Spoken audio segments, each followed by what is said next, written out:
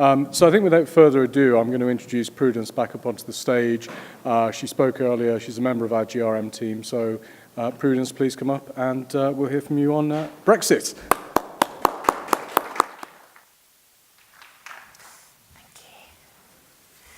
Hi everyone. So I'm going to give a bit of an update today about Brexit. Just a quick disclaimer, the session now is purely from the perspective of domain registrations. So Brexit is kind of very far-reaching and kind of covers a lot of different topics. So I'm only really going to be talking about domain portfolios and actions you need to take with regards to your domain portfolio.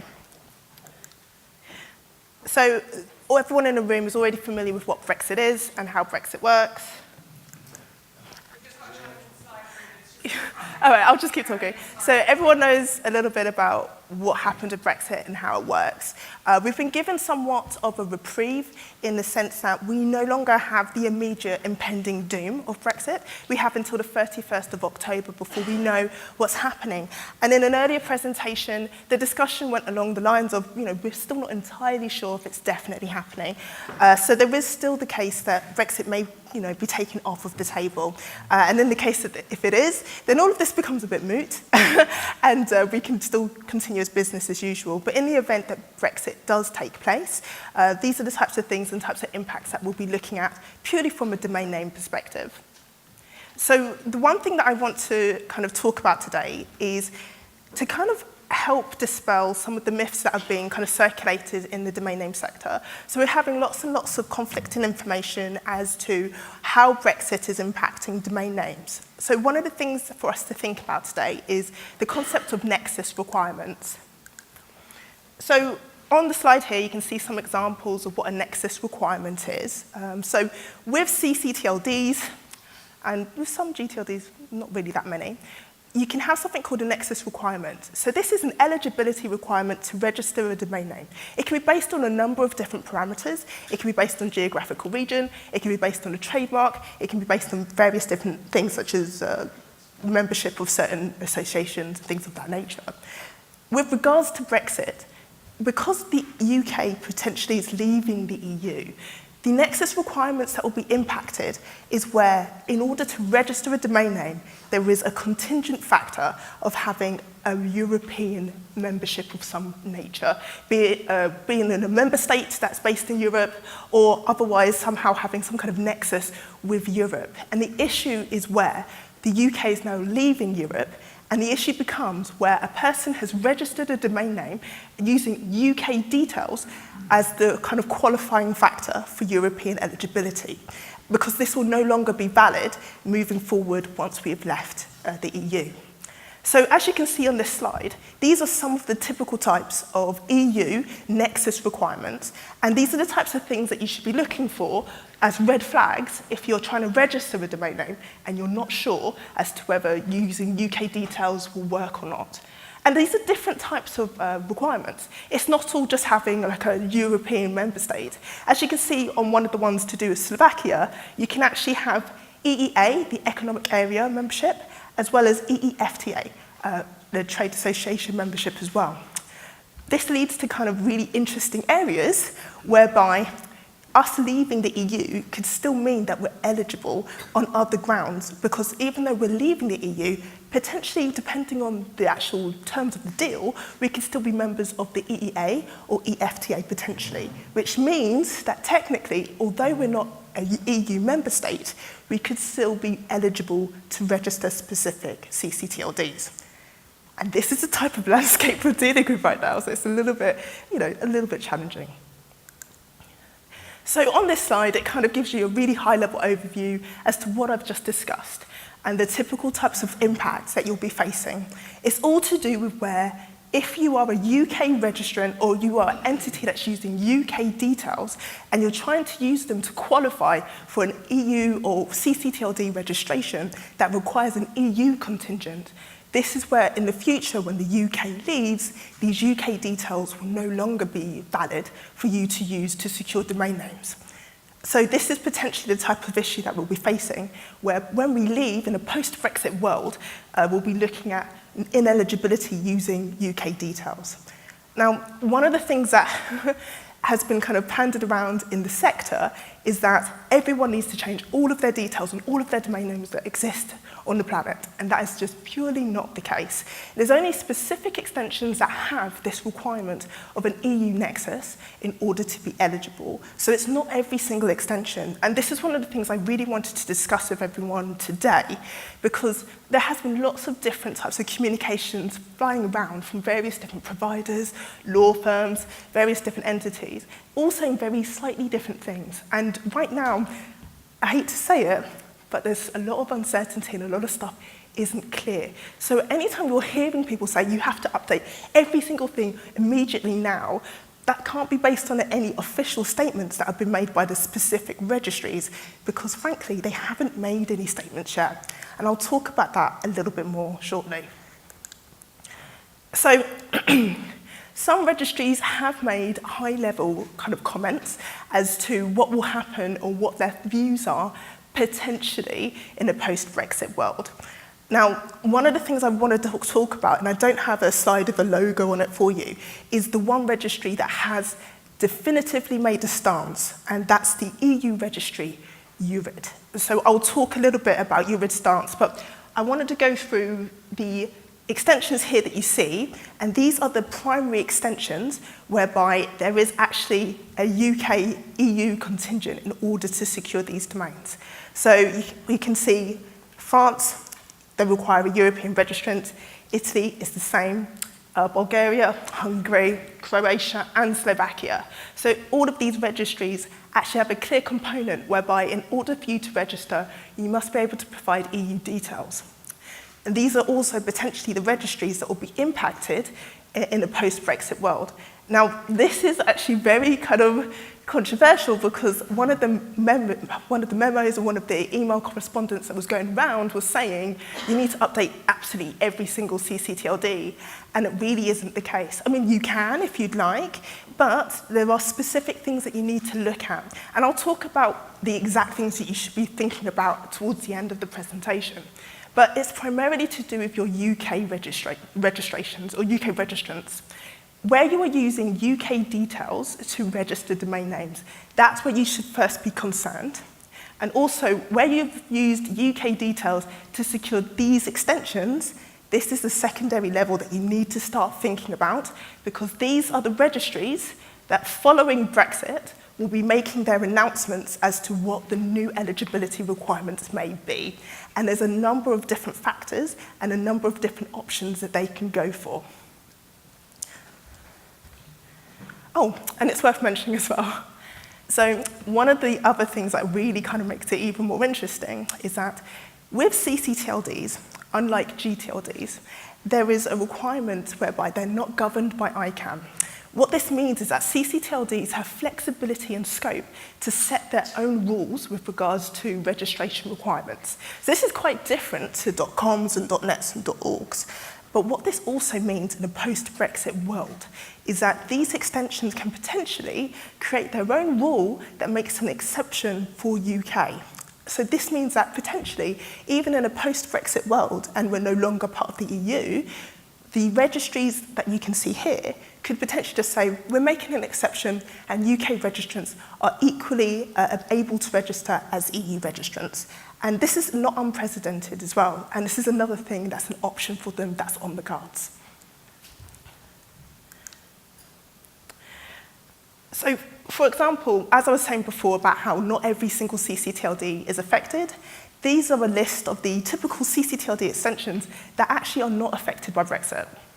And one of these extensions, and I'm not going to name it, and I'm not going to name who sent the correspondence, was named as being one of the ones that you need to be careful of, you need to update all of the details for, and it just literally isn't the case. So with these extensions, you actually have very low requirements as to how you can register, and there's no requirement for you to have a specific European address to be eligible. Another thing that's actually worth noting is that even though Brexit affects the UK, .uk is completely unaffected by Brexit. So you should be able to register .uk domains as if nothing's happened, even though we're leaving the EU. So that's something to also bear in mind.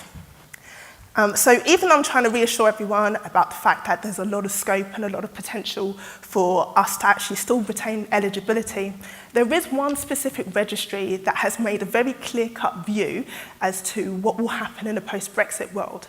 And it's the actual registry itself that's leading you to actually need to make actionable changes right now, or soon, because we have an extension, and that is URID.eu.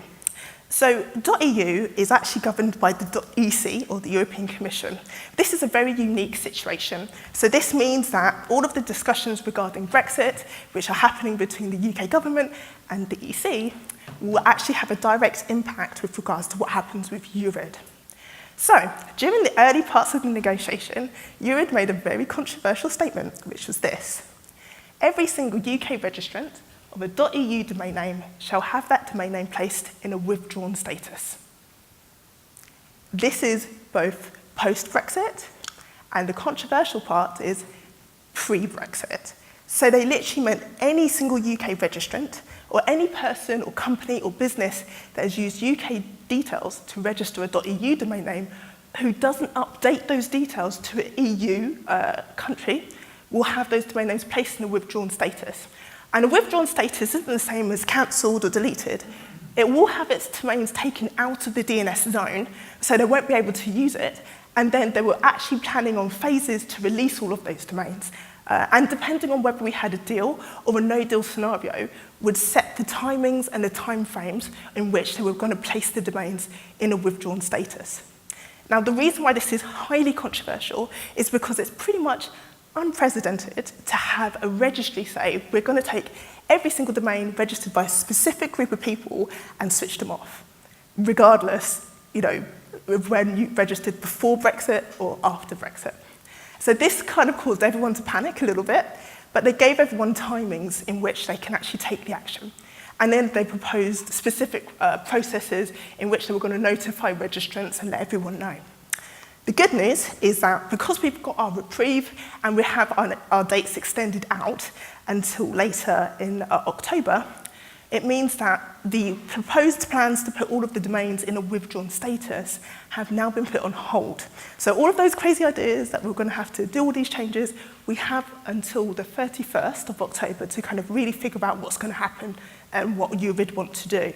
And the really important takeaway from this session is that URID is the only registry to have made a clear stance as to what they were going to do with regards to their domain names. And the thing that I want to kind of explain to everyone as well is that I've been having direct conversations with all of the other registries that have the EU contingent, so Slovakia, Bulgaria, France, and Italy. And their stances were pretty much, we want to see what happens with Europe or URID first, and then depending on what happens with URID will then kind of impact on what we decide to do and how we decide to kind of handle it. Apart from Bulgaria, who said, once England's out, that's it. They're not eligible anymore. But yeah, so it's kind of like they were taking a wait-and-see approach. And the reason why that's quite interesting is because the correspondence that you've been receiving saying, France has said this and France are going to do this, there's been no official statement from these registries saying that they were going to take any specific courses of action, apart from a number like Slovakia, who said EEA and EFTA membership will still mean that you're eligible, and Bulgaria, who said if you've left, then you'll need to use local presence if you're using a UK details. Other than that, all of the other registries have adopted a wait-and-see approach with regards to Brexit and how they're going to deal with UK registrants. So this is one of the things I really wanted to relay to you today. So even though right now everything's on hold and we do have this reprieve and we do have this extension in time, there is still stuff that you need to think about with regards to your portfolio and stuff that can help you preemptively be ready for Brexit if it happens. And again, it's if. But again, it's always better to be ready than unprepared. Right, so this was taken from before we had our reprieve. So one of the things we were heavily suggesting that you do is, as portfolio holders, as I've mentioned before, identify EU domains that have UK registrant details. So the first thing you need to ask yourself is this: are you using UK details to register EU domain names or CCTLD domain names? I.e., is your head office that you're using as your primary registration details, is it based in the UK? When it comes to EU, did you decide as a business that instead of using your global.com details, that you'd prefer to use your UK office?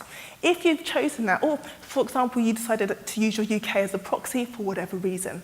If for whatever reason as a business you decided to primarily use your UK details to register .eu domain names, you'll need to have a look at these domain names and you'll need to figure out, do you have alternative details that are based in a European member state that you can use? Oh, and for those of you taking pictures, you'll have copies of this presentation provided literally in the next few weeks, so don't feel pressure to take shots and write notes. The copies of the presentation will be available to you all as well. Okay, so that's one of the first things for you to identify. Identify these domain names, conduct a weighing exercise, and then have a look at whether you have an alternative address that you can use that's based in an EU member state. It could be Belgium, it could be France, it could be Denmark, it could be like any other country, but it cannot be the UK for the EU. Now, with regards to the other extensions, such as France and Italy, we have to wait and see what their official stance will be. Because remember, CCTLDs, unlike GTLDs, are able to set their own rules. So this means, say for example, the Brexit negotiations were going kind of well and they kind of like us, or for whatever political reason, they decide to make an exception for the UK. There's every chance that, for example, France could say, the UK registrants are able to register on a par with .eu. And if that happens, then there's no need for you to make unnecessary changes and potentially incur unnecessary expense. So we need to wait and see for the registries to make their official statements and their official decisions. What you can do, preemptively, because that's my style, is again, identify all of these domains, so France, Bulgaria, Italy, Slovakia as well. Identify these domains that use UK details and just flag them and have them on standby, because these will also be the domains that potentially you'll have to update. Now, this next thing that I'm going to say is completely off the record, and if anyone asks, I didn't say it and you didn't hear it from me. EU, as a registry, has a clear policy that you are not allowed to use proxy services for EU. That's the official stance. You're not supposed to use local presence services to register EU domains. That doesn't mean that they're not available to you. I will leave that hanging there. So in the event that you do not have a company or an alternative entity that you can use that's based in European member state, potentially there are alternatives that potentially could be available to you. That's all I'm going to say about that. But again, my official stance is that, in line with EURID, you're not allowed to use local presence services for .eu. As I've said before, as a business, Brexit impact with regards to your portfolio, the things that you really need to be looking at is, do we have alternative entities that we can use that are not based in the UK? Because unfortunately, the eligibility requirements may change, and we'll need to kind of start figuring out what your plan B will be with regards to these domains. Sometimes with some of your extensions, you may no longer need those domains, so this could be an actual opportunity for you to do a cleanup exercise and to identify which, trim the fat, get rid of the domains you no longer need that are in those extensions that you may not be able to keep anyway. But where you can, always identify where you can use a different business or a different entity, because the UK will not be eligible once we leave Brexit, especially for EU, and we're still waiting for the other registries to kind of make it clear what their stances are. So essentially that is what we've been kind of suggesting to our clients. And it's a real shame that everything has been put on hold because nothing is concrete at this time. And again, even EURID's stance and EURID's proposed plans to place all of their .eu domains in a withdrawn status is also on hold. So depending on the outcomes of the Brexit discussion, and again, this could actually lead to there being a no Brexit scenario, that will actually depend on what happens next and what EURID decide to do and the other registries across Europe. So here's a list of some of the best practices that we're kind of suggesting. And again, this was done pre the actual agreement of the extension to the 31st of October. But again, it's kind of suggesting exactly what I've kind of mentioned. The best way to coordinate is to make sure you're talking between your departments and that you keep everyone up to speed, especially when it comes to identifying all of your domain portfolio. So everyone has or everyone knows of a marketing team that may have gone rogue and accidentally registered a couple of .its for a promotional campaign. So it's good to coordinate with the entire business to make sure you're identifying all of your potential domains that could be affected. And then just kind of waiting and seeing, because again, right now everything is kind of on hold pending the Brexit discussions and ongoing negotiations. And again, what I've mentioned again, where you can use a proxy, do, but officially the stance for URID is that you're not supposed to use local presence services. Okay, so that brings me to the end of the actual update. Is there any questions or any kind of queries that you may have relating to Brexit in your portfolio?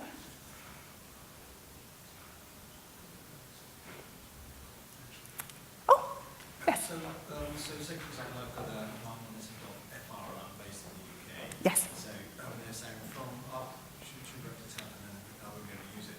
Will the registry actively allow somebody else to buy that? Okay, that's a really great question. Okay, so usually with regards to eligibility, so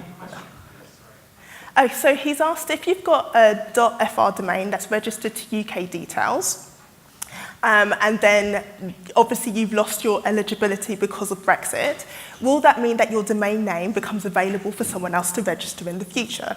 And that's a very valid question. So let's use the URID example where they're going to put all of the domains in a withdrawn status.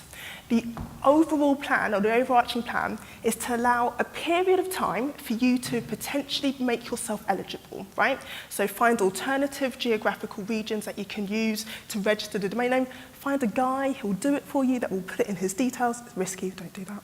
But again, it's an option for you. They'll give you a period of time to try. Once you've gone past that period of time, then they will start to do the process whereby they'll start deleting, and ultimately, yes, they will be releasing these domain names at some point. Now, the periods in which they can do that will vary because, again, CCTLDs, unlike GTLDs, can set their own rules, and each rule is different, and each country likes to do it differently. So we don't know how long it would be that they'll give you, but they would give you a period of time in which to make yourself eligible and to try and keep your domain, and then eventually, yes, they will be deleting and re-releasing. The most exciting thing about the EU was that because in a no-deal Brexit scenario, they're actually planning on releasing the domains and making them available as early as 2020, which is why everyone was a bit, because that was a very quick way to kind of, release them and make them available. So that's why everyone was a little bit shocked. But yes, essentially, with any of the other extensions, if they followed a similar view as URID with regards to making sure that you're not eligible, yes, the plan would be to release them and make them available to register. Any other questions? Oh, hi. Presumably, where that domain name contains your brand name, Yeah.